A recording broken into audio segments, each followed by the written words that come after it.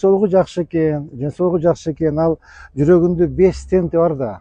5 стенти бар, ошол 1 стент жылып кетиптир.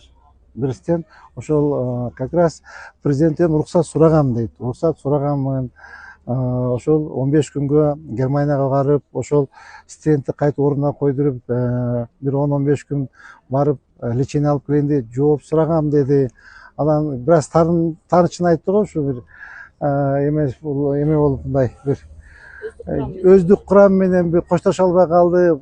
Эң өкүнүчтүүсү ошол болду деп. Эми эки достун өздөрүнүн мамилеси да эми чакырып өздүк курам менен мен ойлойм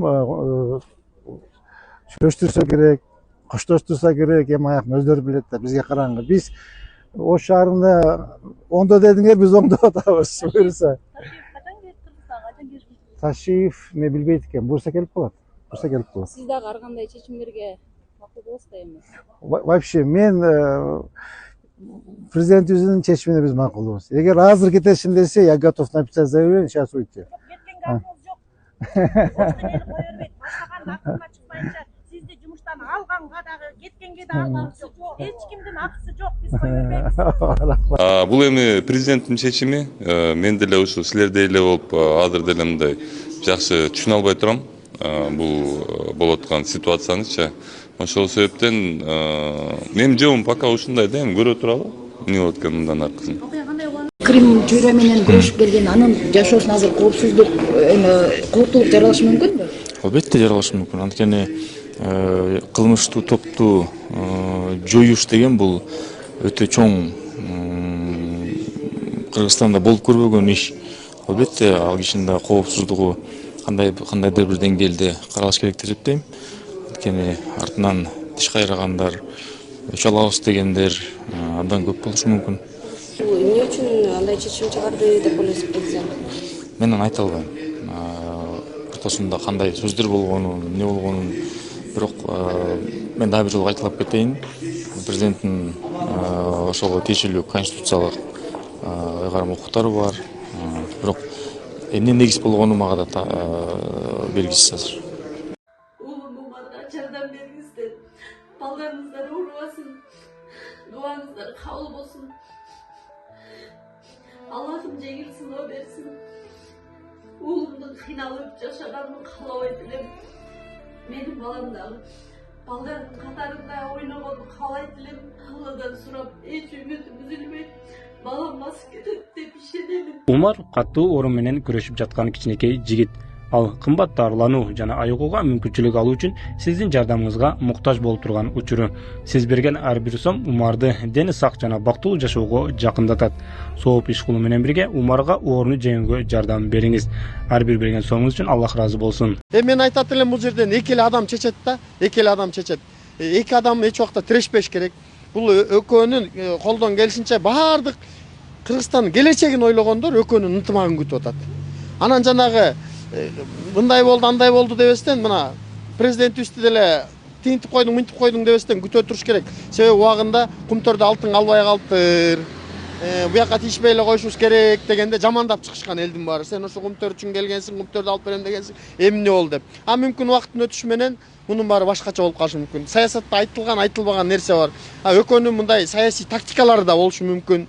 Ошон үчүн ортодон эксперт болуп эле, анан тиги кичине шам күйүп калды, ошого май куюп эле, анан ортосуна элди ажырымга салып эле дегенден алыс болуш керек. Мисалы үчүн менин өзүмдүн оюмду сурай турган болсоңор, ушу жакшы саясат кетип атат, тартип орнолуп атат. Мына коррупция басып калган, кылмышкерлер басып калган бүттүк Кыргызстандагы болгон нерсенин баары мына президенттин тапшырмасы менен, экөөнүн кеңеши менен Камчыбек Кыдыршаевич баарын жолуна ордуна коюп, колунан келишинче ден соолугуна карабастан иштеп берди да. Анан мен айтат элем, Камчыбек Кыдыршаевичке учурдан пайдаланып, урматтуу генералыбыз ошол ден соолук тилейт элем. Эң башында адамга эмне биринчи байлык ден соолук. Кудай буйрса саясатта дагы элге кызмат кыла турган күндөрү көп деп ойлойм. Кудай буйрса дагы эл күтүп атат, элге дагы кызматыңызды кылып билген, ушуга топтогон тажрыйбасын элге жумшайт деп ойлойм. Эң башкысы ден соолугун чыңдап келип, анан экөө дос катарында, чоң саясатчылар катарында бири-бири менен сүйлөшүп алат деп ойлойм. Себеп дегенде булардын башынан булар кыйынчылыкта бириккендер да, кыйынчылыкта, барчылыкта эмес. кыйынчылыкта, жокчулукта, саясий момда эл туңгуюкта биригип керек болсо Камчы Кыдыршаевич досум үчүн мени да түрмөгө алып барып отургузуп койгулачы дегени канчалаган элдердин жүрөгүнө жетип, канчалаган элдерди мындай эсинде калганда мен ушу чыгарып берсе ордуна деле отурат элем. Биздин Садыр Нуркожоевич бул деген темир адам деп баа берип, экөө бири-бирин мындай колдоп келген да. Анан мен ишенбейм ушул экөө bir siyasi bir emeler için eko dostluktan ajırap Kırgız elinin karapayım elinin ümitün jokko çıgarat dep men ойлобойм да. Буюрса ошо карапайым эл үчүн дагы кызматтарын кылып беришет. Экөөнө ынтымак кана тилеп, Кудайдан да тилеп туралы.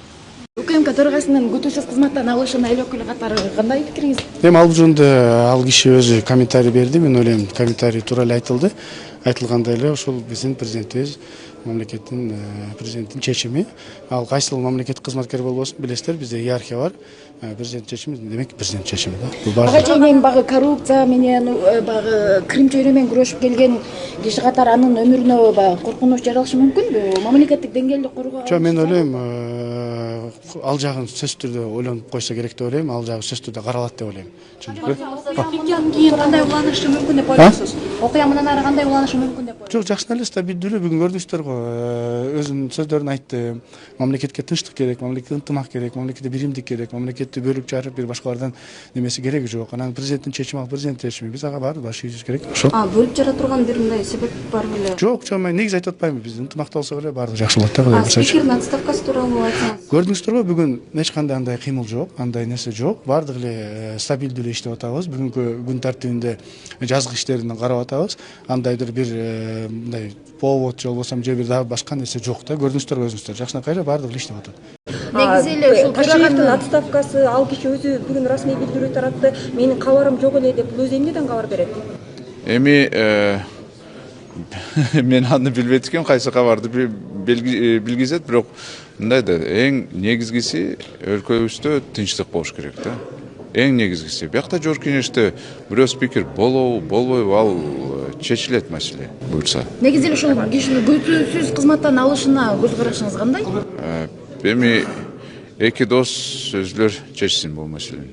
Камчыбек Ташиевдин 5 жылдагы кылган кызматтарыны эл баалап, өзгөчө баягы ачык көмүскө экономиканы ачыкка чыгарышы, куз туризм дегени, жана бар криминалга каршы күрөшүү, коррупцияга каршы күрөшүү элге өтө жагып атат эле. Бүгүнкү Камчыбек Ташиевдин эмгектери эл арасында легенда болуп жүрөт. Ошон үчүн баягы элдик баатыр, генерал полковник званияга жетти. Элдин жүрөгүнө жетип калды эле да. Бирок бул кырсык каяктан пайда болду биле албай атабыз. Бирок көптөгөн анализ сөздөр болуп атат. Ошон үчүн улайым эле ушу ынтымак болсун эми Чагымчылар көп да. Ошонун кесепети да болгондур. Мүмкүн туура эмес эмелерди, информацияларды бергендер. Камчы өзү мындай кээде грубый сүйлөйт, ал турган иш. Бирок ошондо да ар дайым урматтуу президентибиз Садыр урматтуу деп сөзсүз айтат да, таң калам. Мүмкүн ал дагы адамдарды жамандаган адамдары бардыр. Эми адамдар азыр кызыктай болуп калды да, такыр эле. Ушу Кыргызстандагы тартипти сактоого текеден теке эменин салымы, Камчыбектин салымы бар. Караларга күрөшү бизден башталып, анан Казакстан үйрөндү, анан Өзбекстан үйрөндү, анан кийин Россия үйрөнүп атат. Бул ошонун салымы бүткүл эмеге таасир этүүсү.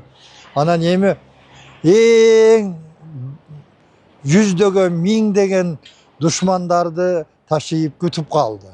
Анан коомубузда бардыгына Ташиев киришти да.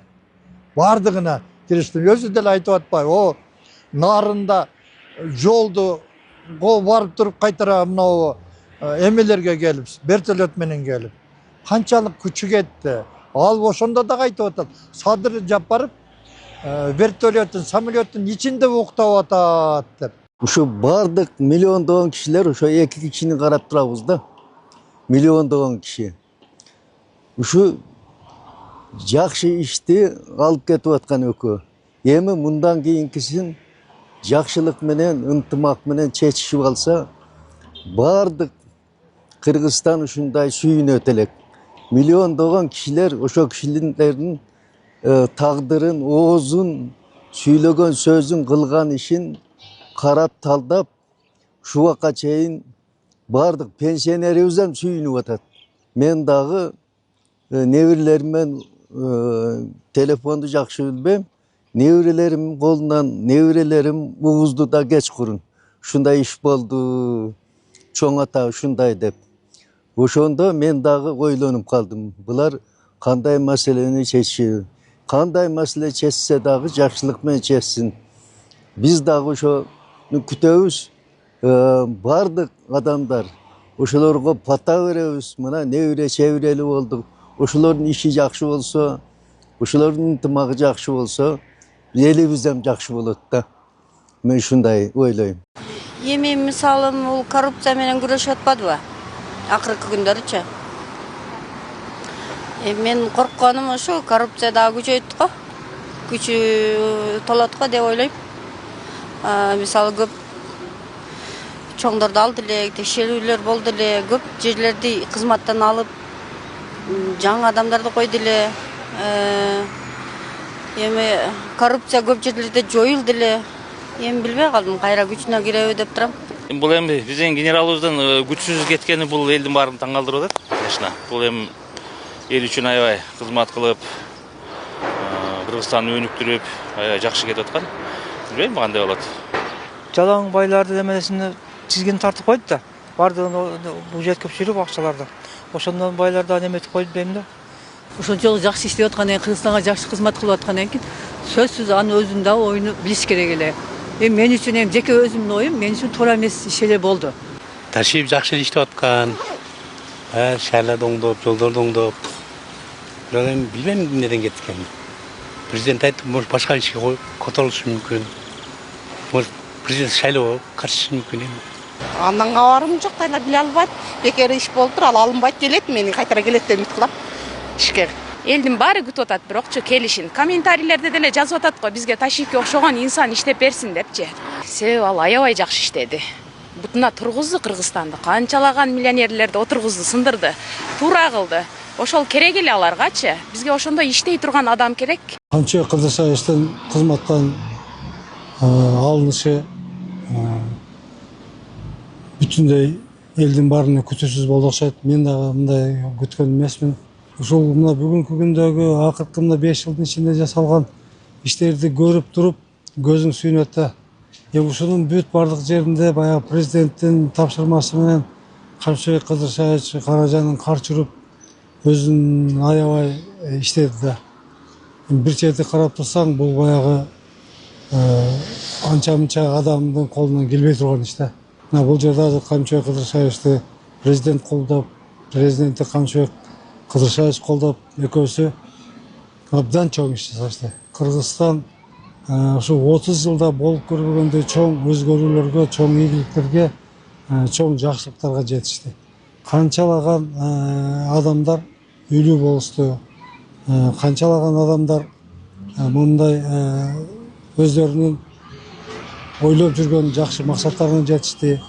Эми ушул нерселердин баары жасалып атканда, ушул нерселердин баардыгы өтө мындай укмушуда өнүгүп атканда, анан элдин ушуларга болгон үмүтү, ишеничи абдан чоң болуп турганда, бул күтүүсүз чечим болду. Мына уюшкан кылмыштуулук менен күрөшүүдө, коррупция менен күрөшүүдө, могу Кыргызстанды 30 жылдан бери мындай жеп ичип өзүнүн менчигине айлантып алган адамдар менен күрөшүүдө абдан күч, мындай зор күч жумшады да.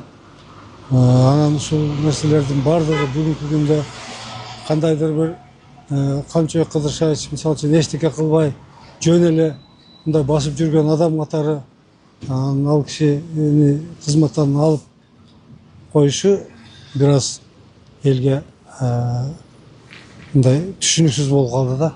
Анын үстүнө Камчыбек Кырдыршаевдин азыркы мезгилде Кыргызстанда буну көрө албагандар канча. Буга тишин кайрагандар канча. Буга бир баягы өздөрү мыйзамга туура эмес иш кылып, мыйзамды бузуп, ошол жазасын алып аткандар дагы буга өчөшүп өздөрүнчө бир жаман ойлордо жүргөндөр болушу мүмкүн. Анан бул кишинин коопсуздугу бар. Бул кишинин үй бүлөсүнүн коопсуздугу бар. Ушулардын баарын тең мен ойлойм президент эске алат болуш керек. Эске алып, анан сөзсүз түрдө ушул маселелерди туура чечип, бул бүгүнкү эле күндөгү болуп аткан иштерди эмес, эртеңки күнү дагы боло турган иштерди. Мындан кийинки дагы көптөгөн жылдар алдыга коюлган максат тилектерди ишке ашырууда Камчыбек Кыдыршаевдин сөзсүз мындай күчү керек болот да. Себеби ал киши абдан чечкиндүү, ал киши абдан мындай бирдемеге аракет кылып иш кылганда акырына чыгарып, анан ошону таза ийине жеткирип иштей турган адам да.